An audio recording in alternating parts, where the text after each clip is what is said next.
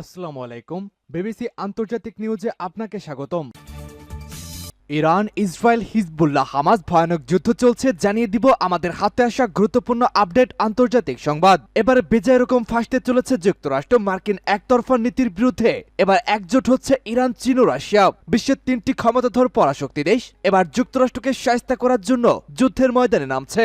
আমেরিকাকে উচিত শিক্ষা দেওয়ার জন্য তাদের একতরফা নীতি, যেমন ইরানের বিরুদ্ধে বিভিন্ন ধরনের নিষেধাজ্ঞা, এছাড়াও ইসরায়েলকে মধ্যপ্রাচ্যে উস্কে দিয়ে তৃতীয় বিশ্বযুদ্ধে যে একটি দামামা তারা বাজাতে চাচ্ছে, এই বিষয়টিকে বন্ধ করতে এবার একজোট হয়েছে চীন, রাশিয়া ও ইরান। বলা চলে মার্কিন আধিপত্য ধীরে ধীরে গোটা বিশ্বের ওপর থেকে কেটে উঠবে। দর্শক, আপনি কি ব্যক্তিগতভাবে আমেরিকাকে সমর্থন করেন কিনা, বা আমেরিকার কার্যক্রমকে আপনি কতটুকু ঘৃণা করেন, অবশ্যই কমেন্ট বক্সে লিখে জানান। এদিকে এবার হামাসকে নতুন যুদ্ধবিরতি ও বন্দি বিনিময় চুক্তির প্রস্তাব দিল ইসরায়েল। নিজেদের পতন অতি সন্নিকটেই দেখতে পাচ্ছে ইহুদিবাদীরা। এবারে নিজেদেরকে বাঁচানোর জন্য তারা নিজেরাই আগ্রহ প্রকাশ করছে হামাসের সাথে যুদ্ধবিরতি চুক্তির জন্য। বেশ কয়েকবার যুদ্ধবিরতি চুক্তির আলোচনা হওয়া সত্ত্বেও নেতানিয়াহুর একগুঁয়েমির কারণে সেগুলো বাস্তবায়ন করতে সম্ভব হয়নি। এখন যখন তারা বুঝতে পারছে তাদের পতন অতি আসন্ন, ঠিক এমন অবস্থায় এসে নিজেদেরকে বাঁচানোর জন্য হামাসের পায়ে পড়ছে ইসরায়েল। থাকছে এ নিয়ে বিশেষ প্রতিবেদন, তাই অনুরোধ থাকবে ভিডিওটি আপনার বন্ধুদের মাঝে ছড়িয়ে দিয়ে সকলকে সত্য জানার সুযোগ করে দিন। জানিয়ে দিব এবার সিরিয়ায় প্রবেশ করে দুই ব্যক্তিকে অপহরণ করলো ইসরায়েল। এদিকে এবার মুসলিম বিশ্বের সন্ত্রাসবাদে ইন্ধন দিচ্ছে আমেরিকা, ইসরায়েল। ইরানের পররাষ্ট্রমন্ত্রী আরাকচির মন্তব্য। জানিয়ে দিব মধ্যপ্রাচ্যের সংঘাতমূলক পরিবেশের কারণে একমাত্র যুক্তরাষ্ট্রই দায়ী, পুতিনের চাঞ্চল্যকর হুঁশিয়ারি।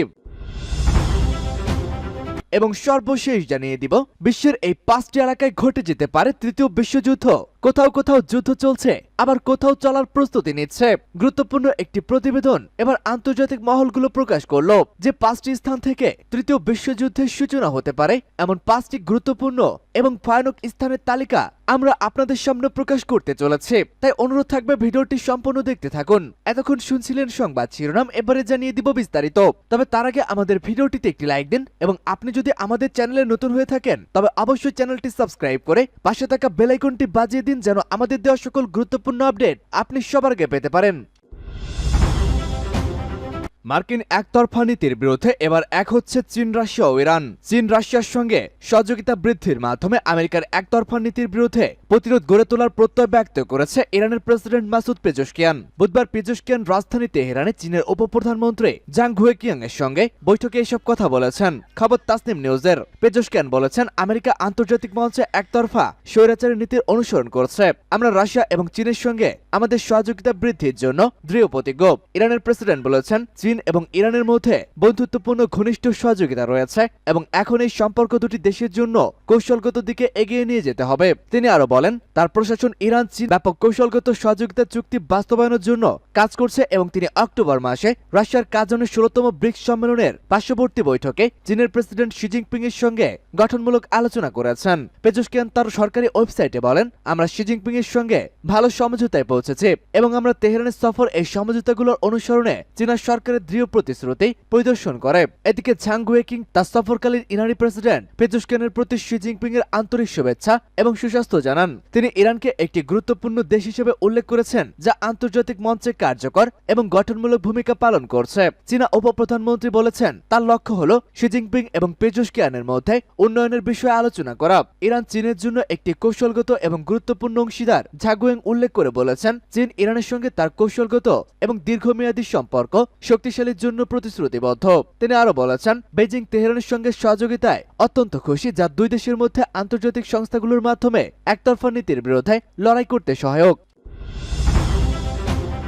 হামাসকে নতুন যুদ্ধবিরতি ও বন্দি বিনিময় চুক্তির প্রস্তাব দিল ইসরায়েল। ইসরায়েলি দুটি সরকারি সূত্র জানায়, ফিলিস্তিনি প্রতিরোধ আন্দোলন হামাসকে মিশরীয় মধ্যস্থতাকারীদের মাধ্যমে নতুন করে একটি যুদ্ধবিরতি এবং বন্দি বিনিময় চুক্তির প্রকাশ করা হয়েছে, যা নতুন চুক্তিতে হামাসের হাতে বন্দী থাকা 100 ইসরায়েলের মুক্তির বিষয়টি অন্তর্ভুক্ত রয়েছে। জেরুজালেম পোস্ট জানায়, সাম্প্রতিক অঞ্চলের পরিস্থিতিটা কিছুটা সুবিধা পাচ্ছে ইসরায়েল। এর মধ্যে রয়েছে গত অক্টোবর হামাস নেতা ইয়াহিয়া সিনওয়ারকে হত্যা করা এবং লেবাননের হিজবুল্লাহর সাথে যুদ্ধবিরতির চুক্তি করা ইত্যাদি। এছাড়া আগামী জানুয়ারিতে মার্কিন নবনির্বাচিত প্রেসিডেন্ট ডোনাল্ড ট্রাম্প ক্ষমতায় ফিরবেন। এসব ইস্যুতে ইসরায়েল কিছুটা সুবিধা পাচ্ছে, সেখান থেকে পূর্ণমাত্রা সুবিধা গ্রহণের জন্যই ইসরায়েল নতুন কৌশল অবলম্বন করতে যাচ্ছে। সূত্রটি আরও জানায়, এরই ধারাবাহিকতায় ইসরায়েল নতুনভাবে হামাসকে যুদ্ধবিরতির চুক্তির প্রস্তাব দিয়েছে। তবে গত আগস্ট মাসে তারা যে প্রস্তাবনা রেখেছিল, নতুন চুক্তিটিকে তারই অবিকল বলা যেতে পারে। তবে সেখান থেকে চুক্তির প্রথম পর্যায়টি বাস্তবায়নের সর্বোচ্চ জোর দেওয়া হয়েছে। ইসরায়েলি প্রথম সূত্র বলছে, মিশরীয় ও কাতারি মধ্যস্থতাকারীরা তারা মনে করছে যে হামাস এখন নতুন যুদ্ধবিরতি এবং বন্দী বিনিময় চুক্তিতে সম্মত হতে পারে, যদিও তাতে তাদের দাবির আংশিক প্রতিফলিত হয়েছে। সূত্র জেরুজালেম পোস্ট। এবার সিরিয়ায় প্রবেশ করে দুই ব্যক্তিকে অপহরণ করল ইসরায়েল। সিরিয়াতে অনুপ্রবেশ করে দুজন ব্যক্তিকে অপহরণ করেছে ইহুদিবাদী ইসরায়েলের অবৈধ রাষ্ট্র ও ইসরায়েলের সেনাবাহিনী। বুধবার সিরিয়ার সীমান্তবর্তী আল কুনাইতারা গ্রাম থেকে এই দুই যুবককে অপহরণ করা হয়। এরপর নিয়ে যাওয়া হয়েছে দখলকৃত গোলান মালভূমিতে। তবে তাদের ভাগ্যে ঠিক কি ঘটতে যাচ্ছে তা এখনো অনিশ্চিত। এর আগে 21শে নভেম্বর আল রাফিদ শহর থেকে ভেড়া চড়ানোর সময় একজন মেষ পালককে তুলে নিয়ে যায় ইসরায়েলি বাহিনী। তার ভাগ্যে কি ঘটেছে এ বিষয়ে এখনো কিছুই জানা যায়নি। উল্লেখ্য 2024 সাল থেকে ইসরায়েলি কর্তৃপক্ষ সিরিয়ার ভিতরে প্রবেশ করে সামরিক নাগরিকদের অপহরণের ঘটনা বৃদ্ধি পেয়েছে। মুসলিম বিশ্বের সন্ত্রাসবাদে ইন্ধন দিচ্ছে আমেরিকা ও ইসরায়েল। ইরানের পররাষ্ট্রমন্ত্রী আরাকচির মন্তব্য, সিরিয়ায় সম্প্রতি সশস্ত্র গোষ্ঠী যে তাণ্ডব চালানো শুরু করেছে তাতে উস্কানি দিচ্ছে আমেরিকা ও ইসরায়েল। এমনই অভিযোগ করল ইরান। দেশটির বিদেশমন্ত্রী আব্বাস আরাকচি বলেছেন, আরব এই দেশটিতে উগ্রবাদী সন্ত্রাসীদের জঘন্য তৎপরতা ও তাণ্ডব বন্ধের জন্য এখনই আন্তর্জাতিক সম্প্রদায়কে কার্যকর ও জরুরি ভিত্তিতে ব্যবস্থা নিতে হবে। গত সপ্তাহে বিদেশি মদতপুষ্ট উগ্র সন্ত্রাসী গোষ্ঠী হারাতে তাহরির আশাম সিরিয়ার আলেপ্পো ও ইদবিল প্রদেশে আকস্মিকভাবে হামলা চালায় এবং বেশ কয়েকটি শহর ও গ্রামকে দখল করে নেয়। তবে এরই মধ্যে সিরিয়া ও রাশিয়ার সেনারা পাল্টা প্রতিরোধ গড়ে তুলেছে এবং সম্মিলিত বাহিনীর বিমান হামলায় 1300-এর বেশি সন্ত্রাসী নিহত হয়েছে। ইরানের বিদেশমন্ত্রী বলেছেন, এসব সন্ত্রাসী গোষ্ঠী ইহুদিবাদী ইসরায়েল ও আমেরিকার সমর্থন নিয়ে পুনর্গঠিত হয়েছে। সিরিয়ার সন্ত্রাসবাদীদের এই সাম্প্রতিক তাণ্ডবের বিরুদ্ধে তিনি আন্তর্জাতিক সম্প্রদায়কে দ্রুত ও কার্যকর পদক্ষেপ নেওয়ার আহ্বান জানান।